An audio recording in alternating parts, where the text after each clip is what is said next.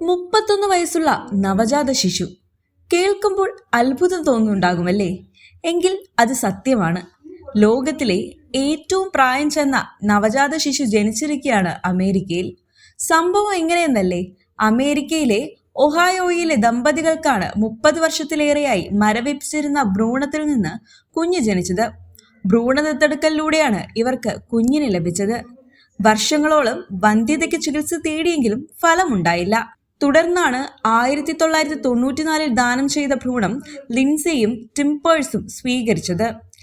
11,148 ദിവസമായി സൂക്ഷിച്ചിരുന്ന ഭ്രൂണത്തിൽ നിന്നാണ് ശനിയാഴ്ച അവരുടെ മകൻ ജനിച്ചതെന്നും ഇത് റെക്കോർഡാണെന്നും പിയേഴ്സിന്റെ ഡോക്ടർ പറയുന്നു. 62-കാരിയായ ലിൻഡ ആർച്ചാർഡാണ് ഭ്രൂണം ദാനം ചെയ്തത്. രാജ്യത്തുടനീളം ഏകദേശം 15 ലക്ഷം ശീതീകരിച്ച ഭ്രൂണങ്ങൾ നിലവിൽ സൂക്ഷിച്ചിരിക്കുന്നുണ്ടെന്ന് മെഡിക്കൽ വിദഗ്ധർ കണക്കാക്കുന്നു.